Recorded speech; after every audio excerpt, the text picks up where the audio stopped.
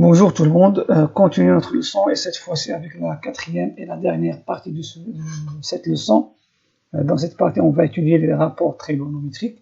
Donc, considérons le cercle trigonométrique P soit M d'abscisse M sur 4, M d'abscisse P sur 4, N d'abscisse P sur 6 et P d'abscisse moins P sur 3. Dans le repère OI, OG, on a l'axe OI représente le cosinus des abscisses curvilines, des points qui appartiennent au cercle trigonométrique. L'axe vertical, l'axe OG représente sinus des abscisses curvilines des points du cercle trigonométrique. Et la tangente colorée en orange, cette tangente-là, c'est un axe gradué, c'est une droite graduée, représente la tangente, c'est-à-dire on va lire les valeurs des tangentes des abscisses curvilines des points qui appartiennent au cercle trigonométrique sur cette droite-là. Donc si on projette le point M, sur l'axe OI, on trouve la valeur racine de 2 sur 2. Et puisque l'axe OI représente le cosinus, donc cosinus de P sur 4 est égal à racine de 2 sur 2.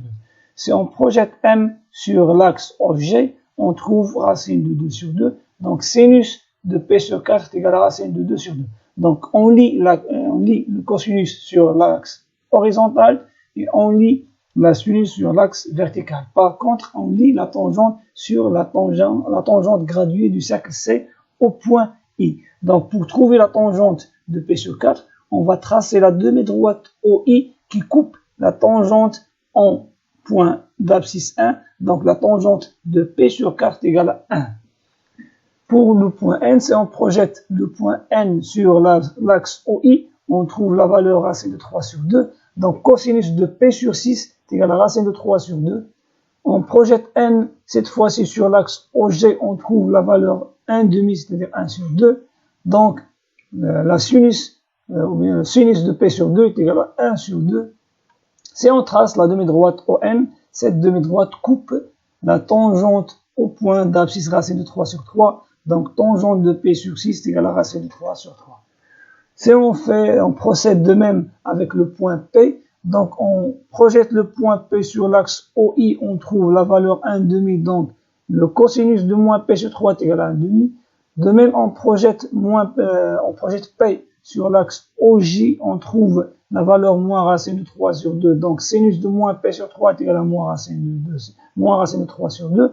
Et si on trace la demi-droite OP, cette demi-droite coupe la tangente au point d'abscisse moins racine de 3. Donc, la tangente de moins P sur 3 est égale à moins racine de 3.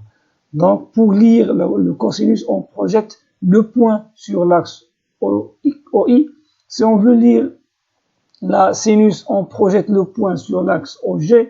Et pour trouver la tangente, on trace une demi-droite qui passe par le centre et par le point qu'on veut déterminer sa tangente. Cette demi-droite coupe la tangente du cercle trigonométrique au point I dans un point, l'abscisse de ce point est la tangente de l'abscisse curviline du point concerné. Donc, définition, soit M un point du cercle trigonométrique d'abscisse curviline X, donc soit M, un point du cercle trigonométrique d'abscisse X, l'abscisse du point M sur l'axe OI, l'abscisse du M, c'est-à-dire si on projette M sur l'axe OI, on trouve son abscisse sur l'axe des abscisses OI. Donc l'abscisse du point M est le cosinus de X. De même, l'ordonnée du point M sur l'axe OG, l'ordonnée du point M dans le repère OIG est sinus de X. Donc l'abscisse du point, c'est le cosinus de l'abscisse curviline. Et le sinus du point, l'ordonnée du point est le sinus de l'abscisse curviline. Donc le point d'intersection, l'abscisse du point d'intersection du demi-droite OM et de la tangente au cercle C au point I, est la tangente de X.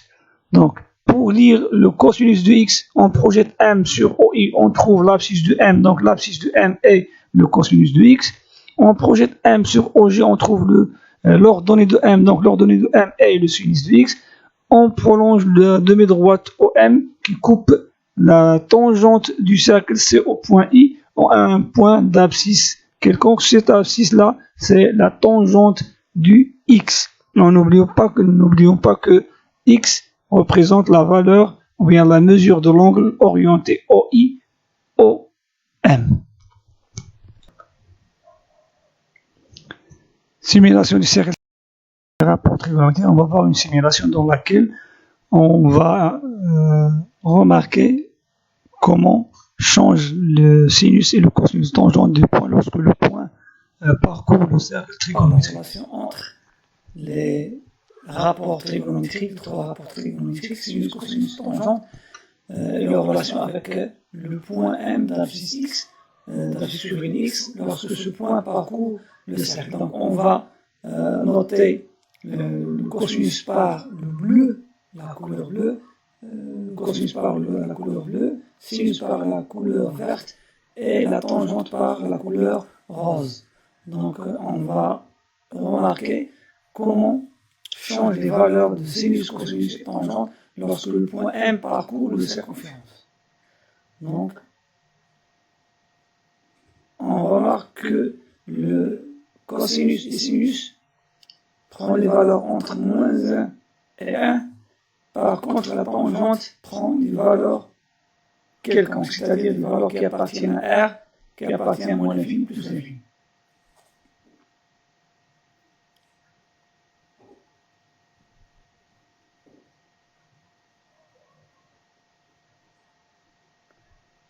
Donc, à chaque fois que le point M atteint une position d'abscisse curviligne quelconque X, on remarque que leurs coordonnées sur le repère OIG changent, c'est-à-dire le cosinus, sinus et tangente changent aussi.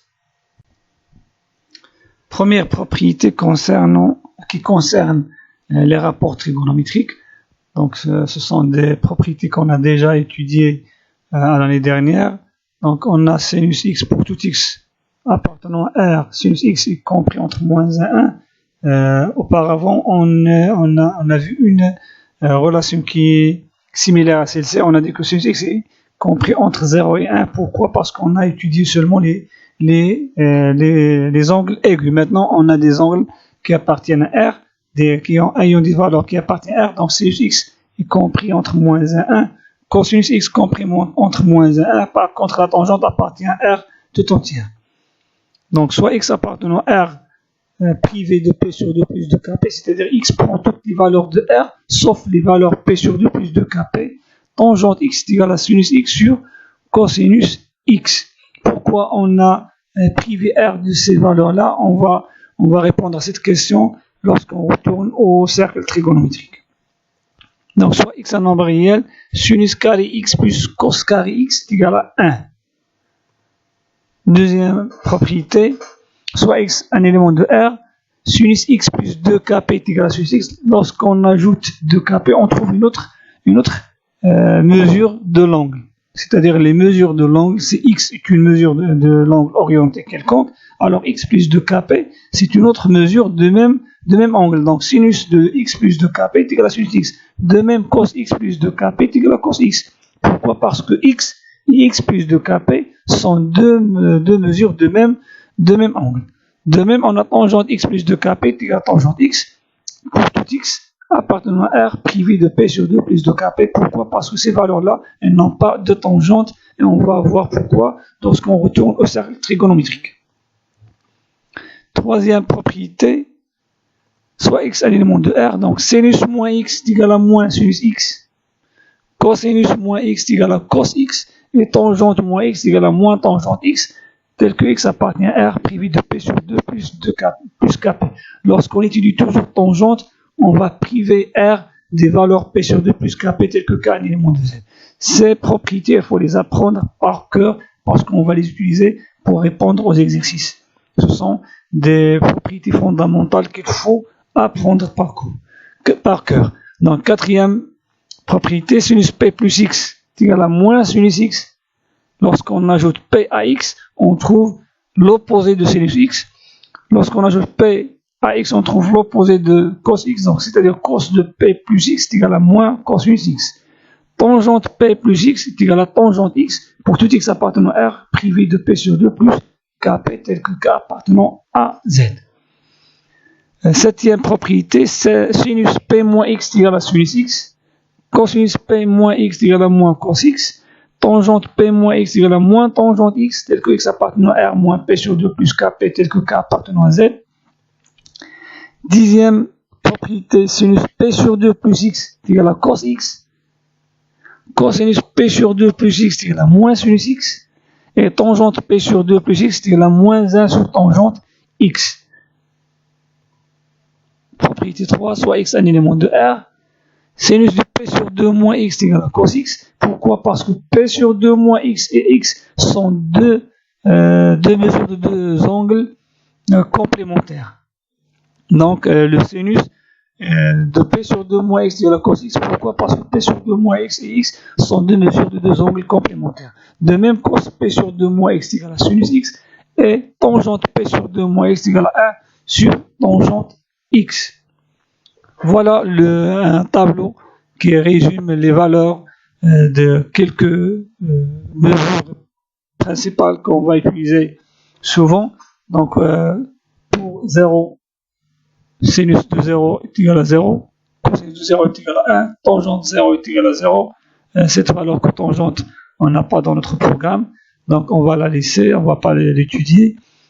Sinus de P sur 6 est égal à 1 demi, cosinus P sur 6 est égal à C3 sur 2. Donc essayez au moins d'apprendre par cœur les valeurs jusqu'à P. Au moins jusqu'à P. Les autres valeurs, on peut les obtenir à partir des propriétés qu'on a déjà étudiées. Passons maintenant à un exercice dans lequel on va essayer d'appliquer ces règles, ou bien ces propriétés, soit X à l'élément de R. Calculons A est égal à cos 14P sur 3 plus sinus 23P sur 6 moins 2 sinus 9P sur 2. Donc, A est égal à cos 14P sur 3 plus sinus 23P sur 6 moins 2 sinus 9P sur 2. B est égal à cos 3P sur 4 fois sinus 4P sur 3 fois cosinus 5P sur 6 fois sinus 5P sur 4. C est égal à tangente 2P sur 3 fois tangente 5P sur 4 fois tangente 5P sur 6. Commençons par A. On a A est égal à cos 14P sur 3 plus sinus 23P sur 6 moins 2 sinus 9P sur 2. Donc, décomposons 14P en somme de deux nombres. Donc, cosinus 14P sur 3 est égal cosinus de 15P moins P. 15P moins P. On cherche le plus proche multiple de 3 à 14. Le plus proche multiple de 3 à 14, c'est 15. Donc, 14P est égal à 15P moins P. 15P sur 3 moins P sur 3 plus 23P, le plus proche multiple de 6 à 23 est 24, donc 23P est égal à 24P moins P sur 6, et le plus proche multiple de 2 à 9 c'est 8, donc 9P sur 2 est égal à 8P plus P sur 2. Donc A est égal à cos 15P sur 3 moins P sur 3 plus sinus 24P sur 6 moins P sur 6 moins 2 sinus 8P sur 2 plus P sur 2. Donc 15P sur 3 est égal à 5P moins P sur 3 plus sinus 24P sur 6 est égal à 4P moins P sur 6 moins 2 sinus 8P sur 2 est égal à 4P plus P sur 2. Donc c'est égal à cosinus P moins P sur 3.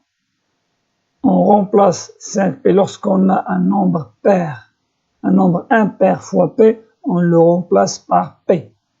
Lorsqu'on a un nombre impair fois P, on le remplace par P. Et lorsqu'on a un nombre pair fois P, on le remplace par 0.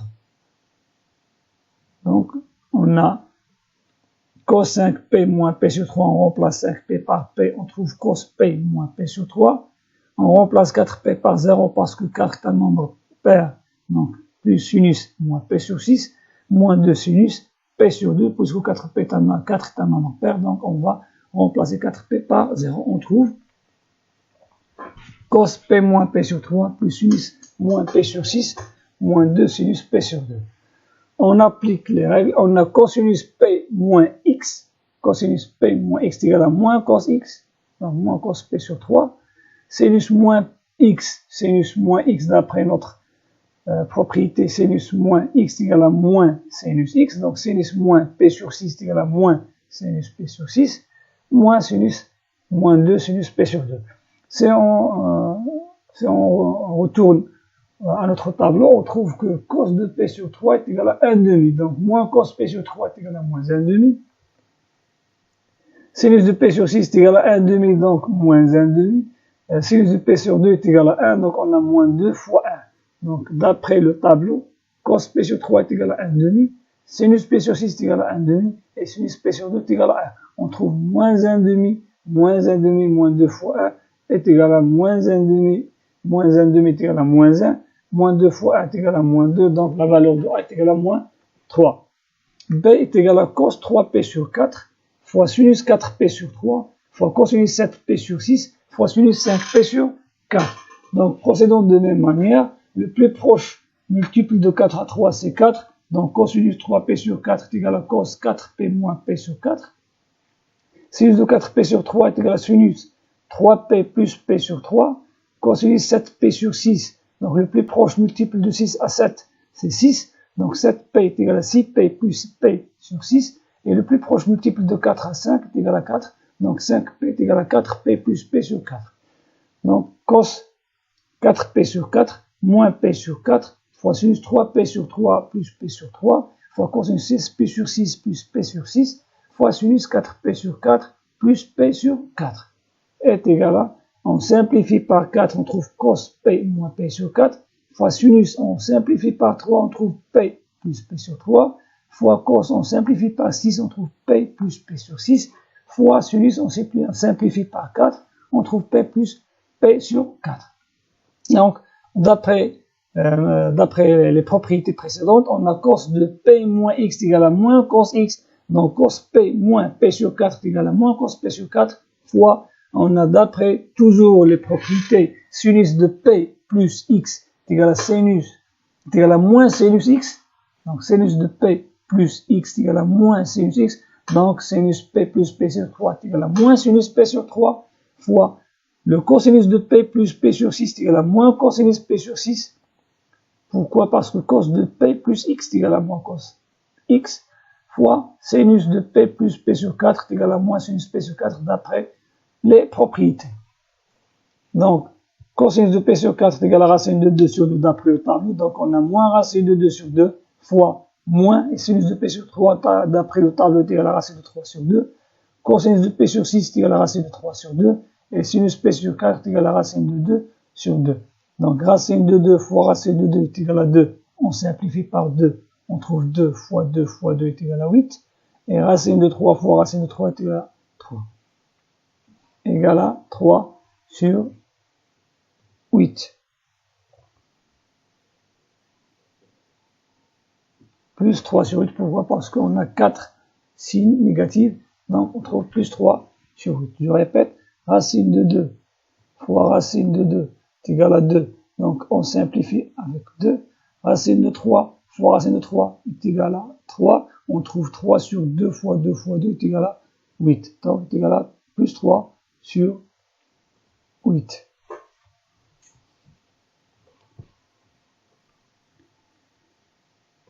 Pour C, on a C est égal à tangente 2P sur 3 fois tangente 5P sur 4 fois tangente 5P sur 6. Donc, le plus proche multiple de 3 à 2, c'est 3, donc tangente 2P sur 3 est égal à tangente 3P moins P sur 3. 3P moins P est égal à 2P. Fois tangente 4P plus P est égal à 5P. Fois tangente 5P est égal à 6P moins P est égal à 6. Donc, on cherche toujours le plus proche multiple de dénominateur au coefficient de P, c'est-à-dire le plus proche multiple de 3 à 2, le plus proche multiple de 4 à 5, le plus proche multiple de 6 à 5. Donc, tangente 3P moins P est égal à 2P, 4P plus P est égal à 5P, 6P moins P est égal à 5P. Donc, tangente 3P sur 3 moins P sur 3 fois tangente 4P sur 4 plus P sur 4 fois tangente 6p sur 6 moins p sur 6. Donc, on simplifie par 3. On simplifie par 3, par 4, par 6. On trouve tangente p moins p sur 3 fois tangente p plus p sur 4 fois tangente p moins p sur 6. Et d'après les propriétés précédentes, tangente p moins p sur 3 est égal à moins tangente p sur 3 parce que tangente p moins x est égal à moins tangente x. Tangente p plus x est égal à tangente x. Tangente p moins x est égal à moins tangente x. Donc on a tangente moins tangente p sur 3 fois tangente p sur 4 fois moins tangente p sur 6. D'après le tableau, tangente de p sur 3 est égal à racine de 3. Donc on a moins racine de 3. Fois tangente p sur 4 est égal à 1. Fois moins tangente p sur 6 est égal à moins racine de 3 sur 3. Donc moins racine de 3 fois moins racine de 3 est égal à 3. Sur 3, on simplifie, on trouve 1.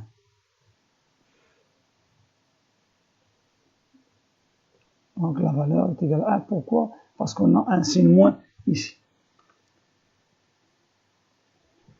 Passons maintenant à notre exercice. Sinus carré de p sur 8 plus, on veut calculer sinus carré p sur 8 plus sinus carré 3p sur 8 plus sinus carré 5p sur 8 plus sinus carré de 7p sur 8 et sinus carré de p sur 7 plus sinus carré p sur 9 plus cos carré 6p sur 7 plus cos carré 8p sur 9. On applique les propriétés précédentes. Donc sinus carré p sur 8 plus